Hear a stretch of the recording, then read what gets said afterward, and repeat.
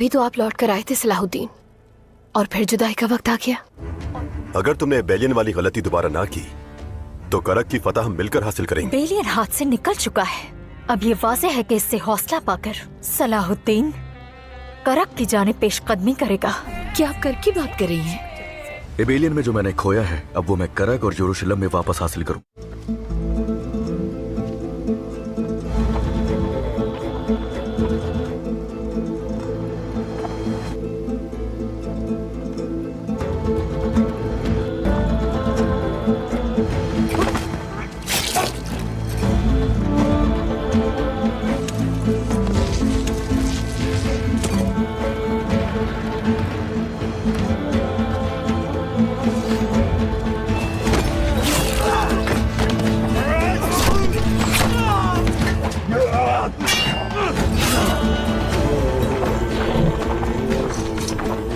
मुहाफिजों से निजात हासिल कर ली है। चलो फौरन खुदाई शुरू करते हैं। अब तुम लोग फौरन इनसे अपने कपड़े तब्दील कर लो और वक्तन फवक्तन कले खबर भेजते रहो कि सब कुछ ठीक है, ताकि उन्हें शक ना हो। जैसा आपका हुक्म। आराम से खाओ कारा तेगिन, वरना पेट खराब हो जाएगा तुम्हारा। मुझे कुछ नहीं होगा काजी, फिक्र मत करो, मेरा मैदा मजबूत है। मैं तो मगरमच्छ खा जाने वाला आदमी हूँ। मैं तो कुछ भी खा लूं, कोई चीज नुकसान नहीं देती। और हलब का रास्ता भी तवील है, भूखा नहीं चल सकता मैं, और मैं खाली पेट उनका सामना नहीं कर सकता। क्यों है ऐसा? मजबूत दिखने चाहिए, रोब दिखाई देना चाहिए। खाओ खाओ, ताकत बनाओ। अगर हम ताकतवर नजर नहीं आए तो क्या होगा? तो वो अय्यूबी रियासत पर एतमाद नहीं करेंगे। खाओ। उसका इस सबसे क्या ताल्लुक है? हंसो हंसो, अल्लाह अल्लाह, खासतौर पर तुम। तो खुद एक मजाक हो, मजाक लग रहा है ये, शक्ल से मजाक लगता है। लोग कहेंगे कजी, लोग कहेंगे, लोग यही कहेंगे अय्यूबियों ने रियासत तो कायम कर ली, मगर अपने उमरा को भूखा रखा हुआ है। खाओ खाओ, खाते रहो बहादुर, खाओ। सरदार, क्या मदद करो, ठीक तो है ना? सरदार जोर से धकेलें। दिखाने की कोशिश में अपनी जान से चले जाते तुम कारा तेगिन। ठीक हूँ मैं। तुम ये खाओगे तो नहीं? तुम खा लो।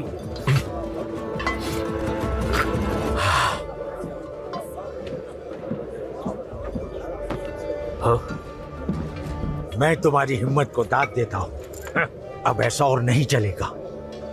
शुक्रिया चाचा। तुम्हारा भी शुक्रिया।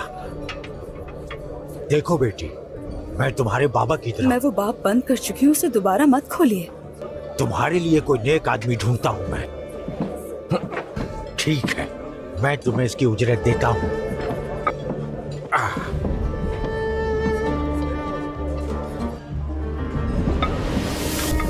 ये लो बेटी, ये तुम्हारे सामान की उजरत है। ज़ैनब, बेटी तुम ठीक तो हो? जी मैं ठीक हूँ। ये लोग कौन हैं? जो है वो है काजी फाजिल, सुल्तान सलाउद्दीन के वजीर आला, और बाकी सब उनके कमांडर और साथी हैं। और ये लोग कहाँ जा रहे हैं? हलब जा रहे हैं और फिर वहाँ से मूसल जाएंगे। तुम क्यों पूछ रही हो? यूं ही अजनबियों को देखकर तजस्सुस हुआ। हाँ, अब चलती हूँ मैं। सलामत रहो।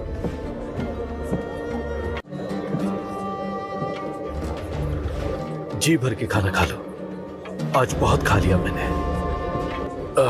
खाना वाकई लजीज है। अरे खाते क्यों नहीं? हाँ। ये क्या हो रहा है काराकुश? इतनी ज़रबों के बावजूद कले की फसीलें हिली तक नहीं।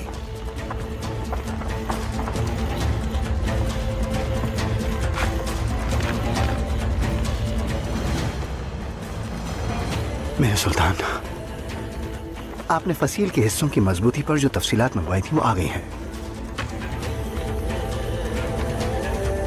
उन्होंने बैरूनी दीवारों को लोहे के सहारों और पत्थरों की तहों से मजबूत किया है। इस तरह दीवारों पर पड़ने वाला दबाव कम से कम 10 गुना कम हो जाता है।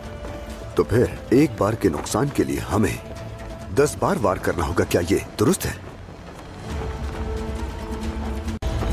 दुआ करो कि बोरू और गोगबुरू कामयाब हो जाएं, ताकि सुरंग खोद सके, वरना मुहिम मुश्किल हो जाएगी।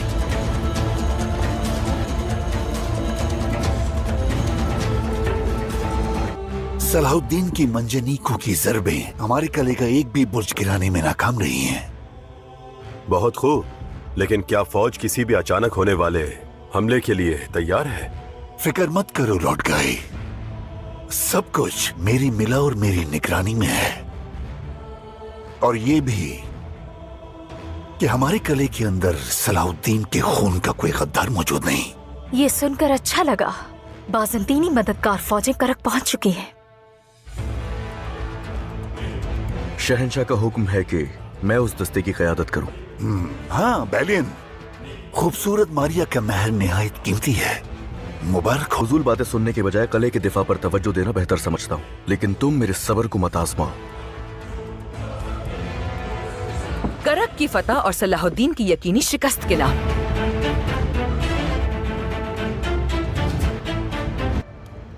बैलियन और तुम्हारी शादी ने जितना मुझे हैरान किया, उतनी ही मुझे खुशी भी हुई मारिया। कुछ शादियां जज्बात के बजाय अक्लो मंतक पर मबनी होती हैं कौंतेस, और कुछ शादियां मजबूरी में, बगैर चाहत के। हाँ बिल्कुल, जैसे मेरी शादी शाटलियन से हुई। तुम्हारी मुश्किल सूरत हाल से वाकिफ हूं कौंतेस। जिस आदमी से तुम मोहब्बत करती हो वो तुम्हारे दरवाजे पर है, लड़ रहा है तुमसे, तुम्हारे किले के लिए। हरगिज़ नहीं कौंतेस, नहीं। खुद को अपने जज्बात का कैदी मत बनाओ कौंतेस। ऐसा नहीं हो सकता। काहिरा में जब मुझे कैदी बनाया गया तो सलाहुद्दीन ही था जिसने मुझे उस अंजाम से बचाया जो मेरी खाला का हुआ।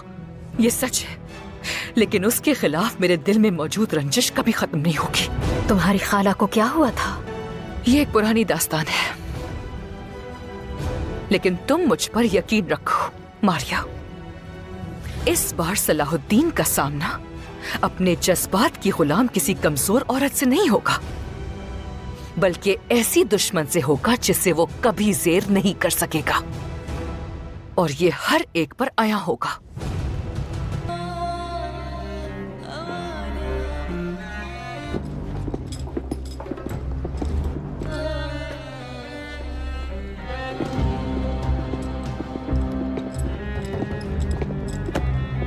मेरे शहंशाह, करक रवानगी के लिए तमाम तैयारियां मुकम्मल हो चुकी हैं। बहुत खूब, तो फिर चलते हैं। मैं चाहती हूँ कि आप अपने दिए गए फैसले पर एक बार फिर से गौर कीजिए। इन थका देने वाली मुसलसल मुहिमात के बाद मुझे लगता है कि ऐसा सफर आपकी सेहत के लिए खतरनाक हो सकता है। खतरे तो पहले ही हमारी दहलीज पर है शहजादी। अगर होगा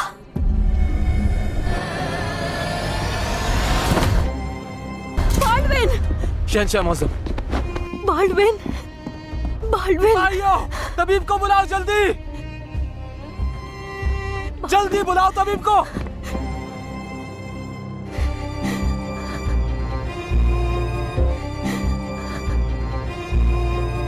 हम मंजनीकों से मतलूबा नतीजा हासिल नहीं कर सके। अब तुम्हें खुदाई पे तवज्जो देनी होगी काराकुश। हमें सुरंग के सहारों के लिए तुम्हारी मदद दरकार होगी। जो आपका हुक्म मेरे सुल्तान। मेरे सुल्तान, जासूसों ने खबर भेजी है, बाज़ंतीनी सिपाही मदद के लिए करक पहुंच चुके हैं। असल मसला किले की मज़ाहमत को तोड़ना है, इसलिए अब हमें 4 मुहाजों से हमला करना होगा। आपका क्या हुक्म है भाई? तुम अपने दस्ते के साथ सलीबियों के पानी के जखीरे को जहरालूद करोगे। आसिज, इब्राहिम, बुजुर्ग, तुम लोग निशानदही किए गए सलीबियों की रसद के तमाम गुदामों को नजर आतिश करोगे। मैं काराकुश के साथ मिलकर काम शुरू करूंगा मेरे सुल्तान। हम छछूंदर की तरह जमीन खोदेंगे ताकि किले में कोई कमजोरी तलाश की जा सके। अल्लाह तुम्हारा मददगार हो। आमीन आमीन।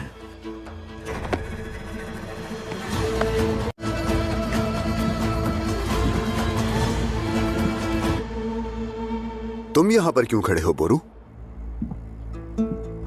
क्या कुछ कहना है तुम्हें? सायरा खातून खेमगाह में मौजूद है। अगर आपकी इजाजत हो तो फतह की खातिर हमारे साथ काम करना चाहती। वो खातून क्या हमेशा तुम्हारे साथ जंग के मैदान में उतरती रहेगी? ऐसे ही लगता है मुझे। हम बरकत के रास्ते पर हैं। तो फिर ऐसा ही सही। तो चलो बुलाओ उसे अंदर। मुझे एबेलियन के लिए उसका शुक्रिया भी अदा करना है और इस रास्ते के अंजाम के बारे में उससे साफ साफ बात भी करनी है। क्या आप सच कह रहे हैं भाई? सच है उसे। आवाजें बंद हो गई। शायद वो चरवाहा सलाउद्दीन अपनी बकरियों के साथ फरार हो गया। तुम्हारा क्या ख्याल है? सलाउद्दीन को अब बस उसकी मौत ही रोक सकती है। दमिश्क का सुल्तान शायद वाकई इतना ही पुरज़्म हो, मगर कोई सिपाही नहीं दिख रहा। सिपा सालार जितना सब्र नहीं होता उनमें। लगता है वो पानी के ज़खायर और खुराक को निशाना बनाएंगे ताकि मुहासरे को जल्द मुकम्मल कर सके। मैं जाकर पानी के चश्मों को देखता हूँ। मैं रसद के गोदामों की हिफाजत करता हूँ। जितना जल्दी उसे रोके उतना ही बेहतर है। बाज़ंतीनी लश्कर भी पहुंच चुका है। हिफाजती खदशात के बायस हम यरूशलेम से तादाद में फौज नहीं ला सकते, इसीलिए हम तादाद में कम हैं। और इसमें भी बुराई है कि सलाउद्दीन इस बात से वाकिफ है। एबेलियन में तुमने हमारे लिए अपनी जान खतरे में डाल दी और अब दोबारा भी यहां हमारी मदद के लिए आ खड़ी हो। हम तुम्हारा यह कर्ज कैसे उतारेंगे? अस्तगफिरुल्लाह मेरे सुल्तान, बल्कि आप लोगों की कर्जदार हूं मैं जो कुछ भी कर लूं मासी की गलतियों का अज़ाला नहीं हो सकता। वो तल्ख यादें दोबारा दोहराने की जरूरत नहीं है तुम्हें, लेकिन इंसान किस्मत की सितम जरीफी पर हैरान हुए बगैर नहीं रह सकता। ताजिर राकिब की बेटी बोरू के शाना बशाना खड़ी है और कुद्स की जदोजहद में हमारी खादिम बन चुकी। और बाज़-औक़ात इंसान के अंदर की गिरहें बस एक नजर से खुल जाती हैं। क्यों ना तुम्हारे दरमियान इस रिश्ते को हम कोई नाम दे दें? क्या ये मुनासिब रहेगा? जी बिल्कुल भाई, ये बहुत अच्छा होगा, लेकिन एक के बाद एक मुहिम होते हुए ये कैसे होगा? मैं हमेशा कहता हूं कि पूरी जिंदगी दो मुहिम्मात के दरमियान होती है। जो अपनी खुशी के लिए तवील आराम तलाश करते हैं। मैं भी आपकी तरह इस रास्ते पर चलने को राजी हूं। जिससे मोहब्बत हो वो आसपास हो तो कमजोर सी उम्मीद भी काफी है। हमारा मकसद तो शुरू से यही था कि हम दोबारा से एक हो जाएं मेरे भाई, लेकिन मुझे ये डर है कि सिपाही ये समझेंगे कि हम जाती मामलात में उलझे हुए हैं। बिल्कुल भी नहीं, तुम इस लश्कर के सिपाही हो और तुम्हारी जद्दोजहद के सब गवाह भी हैं। एबेलियन तुम्हारे रिश्ते का गवाह था और करक में तुम्हारी शादी ही चाहोगे।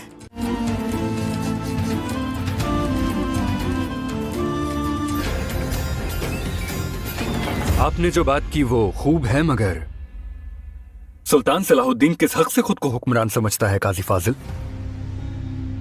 इंसाफ से काम लो अमीर तुमान। क्या उन्होंने मिस्र में निजाम कायम नहीं किया? दमिश्क को गुमिश्तगिन के जुल्म से किसने आजाद किया? बैतुल आज़ान, बगरास, हारिम कला, एला और क्या एबेलियन को इस्लामी सरजमीन में शामिल नहीं किया? खुद जवाब दीजिए। ये सब इसलिए है क्योंकि तुम ऐसा देखना चाहते हो। मिस्र उसने अपने चाचा की विरासत में पाया। दमिश्क इसलिए हासिल हुआ क्योंकि हलब के उमरा ने गुमिश्तगीन का साथ ना दिया। और मैं बैतुल अहज़ान की शिकस्त तुम्हें याद नहीं दिलाना चाहता। सुनो जरा तुमान, अमीर तुमान, कमाल की गुफ्तगू करते हो, बातों को इतना उलझा क्यों रहे हो? तुम्हारा भाई भी एतराज करता लेकिन मैदान जंग से मुंह नहीं मुड़ता। उसका अंजाम अच्छा ना था। तुम चाहते हो सलाउद्दीन पर एतमाद करके वैसा ही अंजाम पाऊं। हमारा दीन और वफादारी सुल्तान नूरुद्दीन के साथ है। सलाउद्दीन ने अपनी खानदानी रियासत कायम करके साबित कर दिया कि उसके जाती मफादात हैं। अरे तुम सुल्तान नूरुद्दीन के बारे में क्या जानते हो? मैं तुमसे बेहतर जानता हूँ। वो मेरे बहनोई थे, मेरे अजीज बहनोई। सुल्तान सलाहुद्दीन पर उनका कितना एतमाद था अच्छी तरह जानता हूँ मैं। तुम्हारी हिमायत तो इसलिए है क्योंकि कबीले से महल तक पहुंचा दिया। इसे देखो जरा तुमान, यही राख कर दूंगा मैं। हम यहाँ नहीं आए बल्कि अपना मकसद समझाने आए। करक कुद्स की तरफ आखिरी कदम है। मस्जिद अक्सा को सलीबियों के जबर से आजाद कराने के लिए हमारे साथ शामिल हो जाएं और अयूबी सल्तनत के परचम तले मुत्तहिद हो जाएं। कैसे इत्तेहाद काजी फाजिल? ये सुल्तान का ख्वाब है। करक फतह होना नामुमकिन है। असल नाकाबिले तस्खीर दीवारें इंसान के जहनों में होती हैं। खलीफा की तरफ से खिलत और रियासत को तस्लीम कर लेना क्या तुम्हारे लिए रहनुमाई नहीं है? सुल्तान सलाहुद्दीन ने सिर्फ दमिश्क में अपनी कानूनी हैसियत को यकीनी बनाया है। हम एक ही सल्तनत को जानते हैं और वो है जंगी सल्तनत। हम एक ही सुल्तान को जानते हैं और वो है सुल्तान इस्माइल।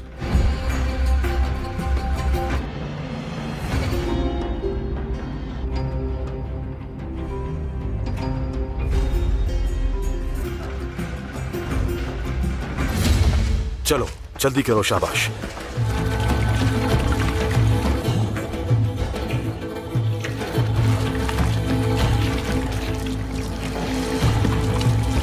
ख्याल रखना, पानी को छूना मत।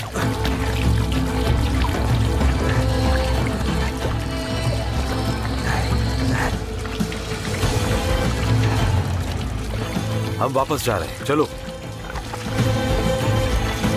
काम मुकम्मल हो गया, अब चलो।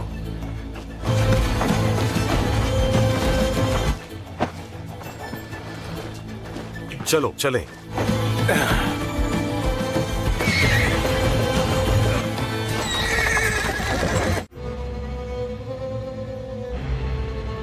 दुश्मन की तादाद तवक्को से कम है बुजुर्ग। तो फिर इन पर हमलावर हो जाते हैं आज से सरदार। हाँ, तुम क्या कहते हो इब्राहिम? यहां रुके रहना गलती होगी।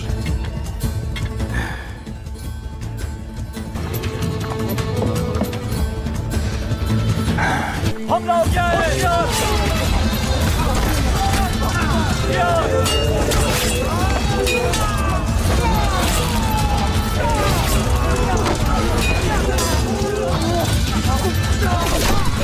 मार डालो सबको।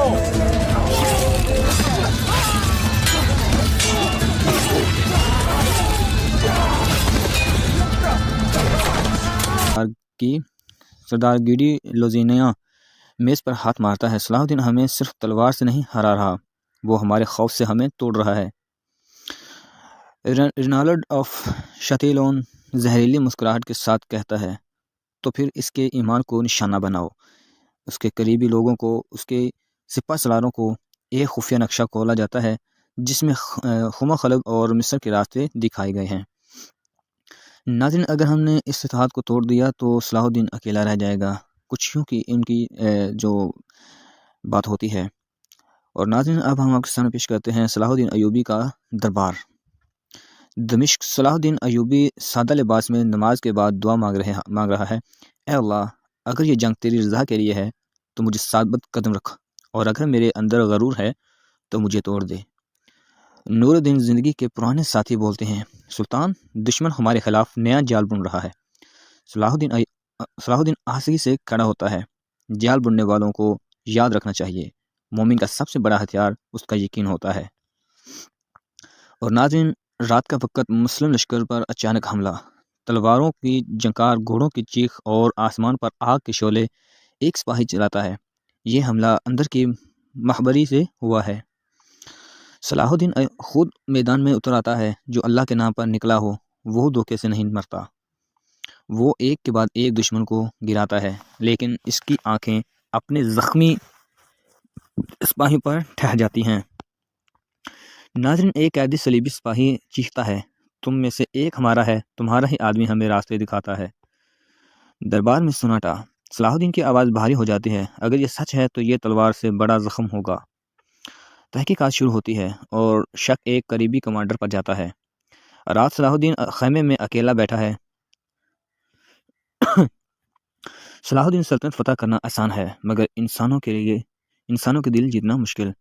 सलाहुद्दीन अयूबी की आंखों में आंसू। या अल्लाह, मुझे बादशाह नहीं, तेरा सिपाही बनना है। सलाहुद्दीन लश्कर के सामने खड़ा है। अगर हमारे दरमियान गद्दार है तो आज ही सामने आ जाए, क्योंकि जो बैतुल मुक़द्दस की आज़ादी में रुकावट है वो मेरा भाई नहीं।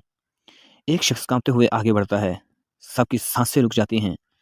क्या ये शख्स वाकई गद्दार है या ये सलीबियों की नई चाल? क्या सलाहुद्दीन अपने ही आदमी को सजा देगा? ये फैसला कुछ देर बाद होता है।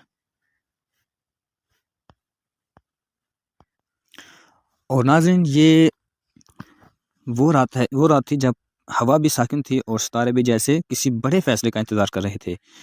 दिमिश्क के बाहर इस्लामी लश्कर के खैमे खामोश खड़े थे, मगर हर खैमे में एक दिल धड़क रहा था,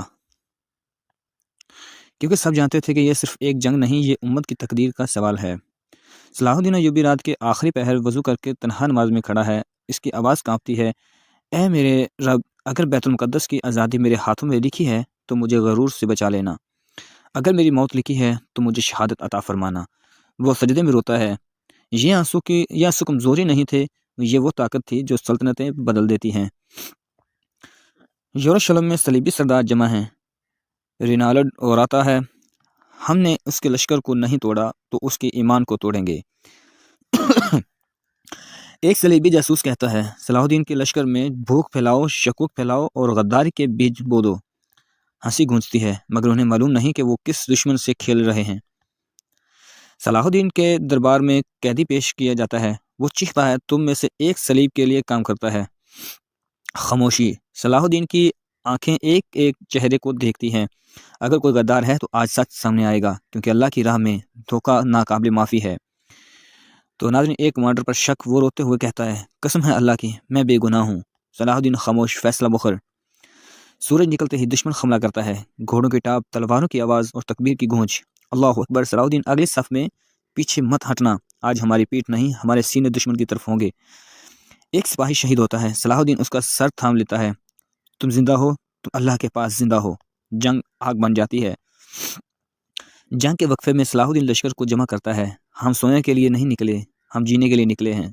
हम जीने के लिए नहीं निकले, हम इसलिए निकले हैं कि मस्जिद अक्सा आज़ाद हो। सिपाही रोते हैं, तलवारें फिजा में बुलंद। रात को हकीकी गद्दार पकड़ा जाता है। वो चीखता है, मैंने ये सब दौलत के लिए किया। सलाहुद्दीन इसके सामने खड़ा है। तुमने दौलत खरीदी मगर गैरत बेच दी। फैसला सुनाया जाता है, ये सज़ा इंतकाम नहीं, ये इबरत है। गद्दार को सज़ा, लश्कर का ईमान मजबूत। ये जंग हर जंग से बड़ी है। सलाहुद्दीन जख्मी मगर मैदान में। अगर मैं गिर जाऊं तो मेरी लाश को ना देखना, बैतुल मुक़द्दस को देखना। मुसलमान टूट पड़ते हैं। दुश्मन पसपा। और नाज़रीन, सलाहुद्दीन खून आलूदा कपड़ों में सजदे में गिर जाता है। या अल्लाह, ये फतह मेरी नहीं तेरी है। ये जंग ख़त्म हुई मगर जहाद ख़त्म नहीं हुआ। सलाहुद्दीन जिंदा है और बैतुल मुक़द्दस अब करीब है। तो अब इसके आगे की कुछ यूँ बात होती है जो हम आपके सामने शेयर करना चाहते हैं। और नाज़रीन, जंग ख़त्म हो चुकी थी मगर मैदान जंग खामोश नहीं था। लाशें पड़ी थीं, गिरदो गुबार हवा में मुलक था और ज़ख्मियों की कराहें फ़िज़ा में गूंज रही थीं। और नाज़रीन, सलाहुद्दीन अय्यूबी अपने घोड़े से उतरता है और सबसे पहले शोहदा के पास जाता है। वो एक नौजवान सिपाही के चेहरे से खून साफ करता है। तुमने जो दे दिया वो दुनिया की कोई सल्तनत नहीं दे सकती। सलाहुद्दीन की आवाज़ भरा जाती है, मगर आंखों में गरूर नहीं, सिर्फ शुक्र है। यरूशलेम में सलीबी सरदार हार के बावजूद मुतमईन नहीं। रिनाल्ड मुठियाँ बेचकर कहता है, ये जंग हारे हैं, जंग नहीं। एक सलीबी पादरी बोलता है, सलाहुद्दीन तलवार से नहीं दिल से लड़ता है, हमें उसके दिल पर वार करना होगा। तो नाज़रीन, फैसला होता है, मुसलमानों के शहरों में खून फैलाया जाए, औरतों और बच्चों को यरगमाल बनाया जाए, कबाइल को बगावत पर उकसाया जाए। नाज़रीन, ये जंग अब मैदान से निकलकर रूहों तक पहुंच चुकी थी। सलाहुद्दीन के पास एक कासिद आता है। सुल्तान हमा के करीब मुसलमानों के काफिले लूट लिए गए हैं। सलाहुद्दीन का चेहरा सख्त हो जाता है। ये जंग चाल नहीं, ये बुज़दली है। वो फ़ौरन हुक्म देता है, लश्कर तैयार करो, दुश्मन को बता दो कि मुसलमान कमज़ोर नहीं। रात के अंधेरे में सलाहुद्दीन खुद लश्कर के साथ निकलता है। ये वो सुल्तान था जो तख्त पर बैठकर हुक्म नहीं देता था, बल्कि तलवार उठाकर सबसे आगे चलता था। अचानक दुश्मन हमला करता है। चारों तरफ से तीर और आग के गोले। अल्लाहु अकबर। सलाहुद्दीन दुश्मन के बीच घुस जाता है। 1 2 3 दुश्मन गिरते जाते हैं। एक तीर सलाहुद्दीन के बाजू में लगता है। सिपाही चीखते हैं, सुल्तान जख्मी हो गए। सलाहुद्दीन तलवार उठाकर गरजता है, जब तक ये तलवार मेरे हाथ में है कोई ये ना समझे कि मैं गिरा हूँ। जख्म गहरा है मगर सलाहुद्दीन लश्कर को पीछे नहीं हटने देता। वो कहता है, अगर आज हम पीछे हटे तो कल हमारी नस्लें गुलाम होंगी। सिपाहियों में नया जोश, नई ताकत। दुश्मन पसपा होने लगता है। सुबह होने लगती है। सलीबी फौज भाग रही है, अपने जख्मी छोड़कर, अपने सरदार छोड़कर। नाज़रीन, ये वो लम्हा था जब दुश्मन समझ चुका था कि सलाहुद्दीन को सिर्फ मारा नहीं जा सकता, वो तोड़ा नहीं जा सकता। सलाहुद्दीन मैदान के पीछे ज़मीन पर सजदा करता है, या अल्लाह हमें फ़तह देकर हमें आज़मा मत लेना। मगर लश्कर से मुखातब होता है, याद रखो असल जंग अभी बाकी है, बैतुल मुक़द्दस अभी आज़ाद नहीं हुआ। लश्कर हरकत में आता है। ये सिर्फ फ़ौज नहीं थी, ये एक नज़रिया था, ये एक दुआ थी जो ज़मीन पर चल रही थी। सलाहुद्दीन आगे देखता है, जहाँ दूर बैतुल मुक़द्दस के मीनार नज़र आने लगते हैं। उसकी आंखों में आंसू, ए क़िबला अव्वल, हम आ रहे हैं। लेकिन दुश्मन अभी ज़िंदा है, बैतुल मुक़द्दस के दरवाजे आसानी से नहीं खुलेंगे। तो इस हवाले से हम बात करते हैं नेक्स्ट एपिसोड में। तब तक के लिए हमें इजाज़त दें, और अगर आप हमारे YouTube चैनल पर नए हैं तो हमारे YouTube चैनल को जल्दी से सब्सक्राइब कर लें, लाइक करें, कमेंट करें और साथ में बेल आइकन को प्रेस करें ताकि हर आने वाली न्यू वीडियो आप तक पहुंच सके। तो मिलते हैं नेक्स्ट वीडियो में, तब तक के लिए हमें इजाज़त दें।